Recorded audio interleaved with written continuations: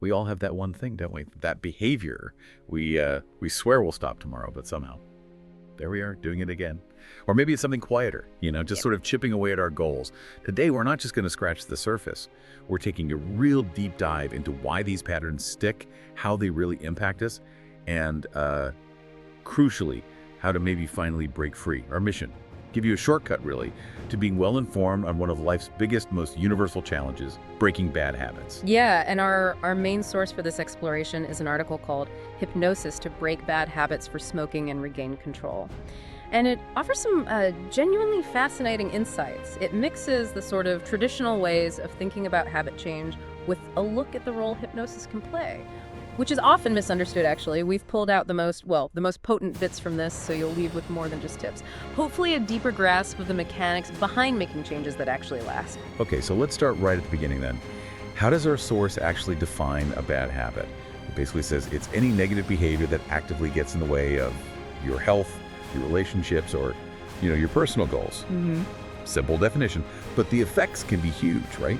Exactly. And what's really helpful from the source is how it helps us, spot these habits. It points out common ones we all recognize, like maybe too much screen time or procrastination, maybe smoking, things that often lead to stress or health problems or just feeling like you never have enough time. But the real telltale sign, and this is often missed, is that feeling of guilt or regret after you do the thing. That little internal battle, that's a strong indicator. It's a pattern you want to change, one that messes with your daily life and could have pretty serious long-term consequences. That's such a good point. Yeah. As you're listening now, maybe just take a second to think. Is there something you do that consistently leaves you with that feeling? That, ugh, I shouldn't have, or why do I keep doing this? That awareness, that's step one, isn't it? It really, really is. When we talk about the basic principles for breaking any bad habit, the general idea needs self-awareness, yeah, but also determination and effort. Consistent effort. Like the article says, the absolute first move is just recognizing the behavior and truly understanding its impact. What's it actually costing you? Without that clarity, making a change stick is just, it's much harder. And once you've really seen that impact, really felt it, the source suggests a pretty practical way forward. Replace the old, unhelpful habit with something healthier. But it's not about just gritting your teeth and forcing it. The advice here really stresses that small, gradual changes usually work much better than trying to do a massive overhaul overnight. Right, and what's interesting is how much the source emphasizes patience and perseverance. Change just doesn't happen instantly, does it? It's a process. It needs consistent effort. It also mentions how valuable support can be, whether that's a therapist or maybe a support group or even just a friend who gets it. That external help can make a huge difference when things get tough. Yeah, and there's a concrete example in the article too, say you feel stressed. Instead of automatically grabbing, unhealthy snacks, the idea is to consciously replace that urge with maybe a quick walk outside, or even just a few deep breaths.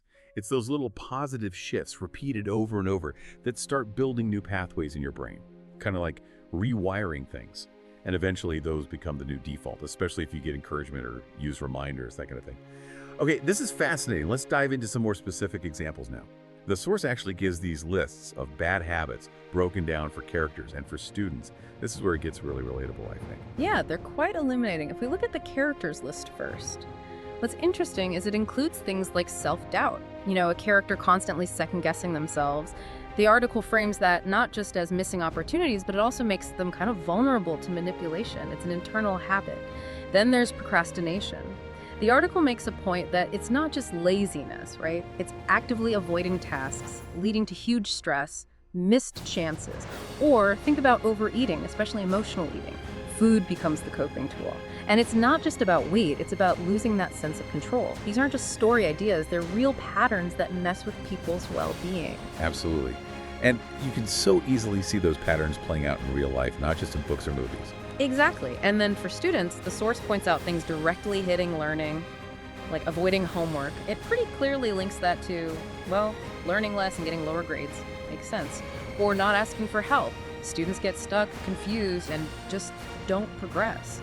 And what's key here is seeing how these things connect, like lack of sleep maybe from staying up too late, scrolling or whatever. It doesn't just make you tired, it tanks your concentration, your memory, which then impacts all the other study habits, It really does paint a clear picture of what these habits look like day to day. And that brings us nicely to a really interesting tool the article discusses, hypnosis. It's put forward as a potentially effective approach because it helps people access their subconscious mind. Right.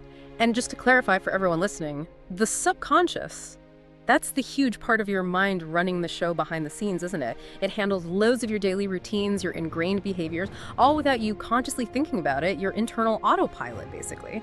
Now, what's fascinating about how hypnosis works, according to the source, is that in this very relaxed, very focused state, a person becomes much more open to positive suggestions.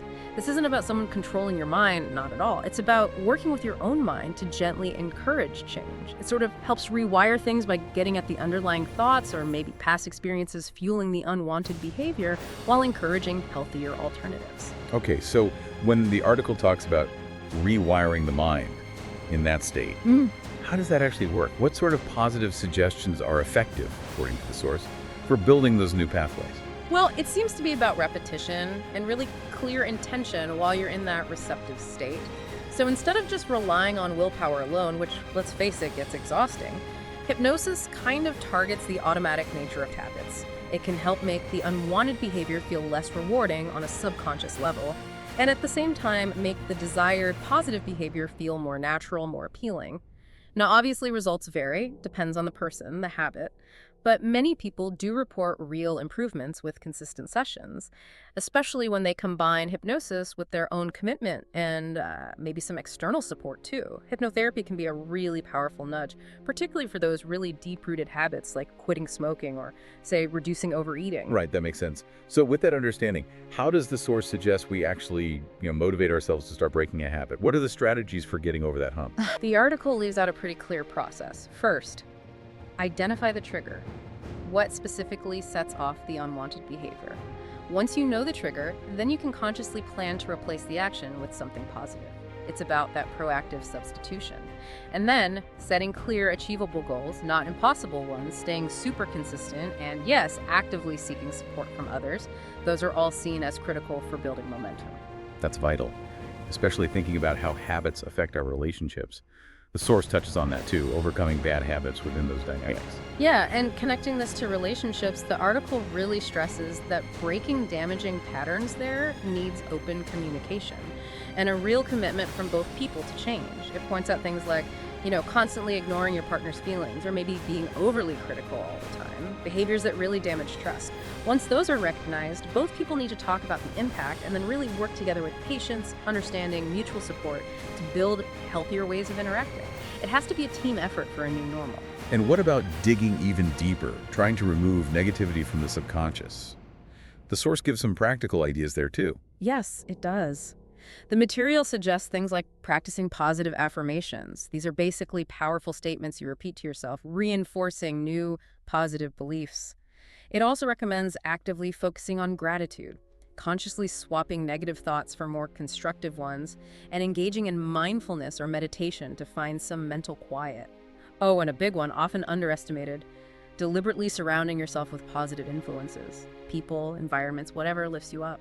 This makes me wonder though, can people who overthink everything, can they actually be hypnotized? You'd think a super busy mind would struggle to let go. That's a really common question, actually. And the answer, according to the source, is yes, they absolutely can. It notes it might take a bit more effort initially for them to relax and quiet that internal chatter. You know how it is. But a good, skilled hypnotist uses specific techniques. They can address those active thoughts, sometimes even weave them into the process, guiding the overthinker to sort of reframe the mental noise, ultimately helping to quiet the mind enough for the hypnosis to be effective. It's less about stopping thoughts, maybe more about shifting focus away from them. Okay, so bringing this all together, whether you're trying to quit smoking or eat healthier or finally beat that procrastination habit, breaking a bad habit at its core seems to give your brain the push it needs to create real positive change, building those new, healthier pathways. Exactly, and if the key really lies in understanding why we have the habit and then consistently replacing it with something better, it leads to a pretty powerful question for you to consider. What one small positive change could you maybe introduce into your routine starting today that might begin to rewire a pattern you've had for a long time? What seemingly tiny shift could potentially unlock some profound, lasting transformation in your life? Something to think about.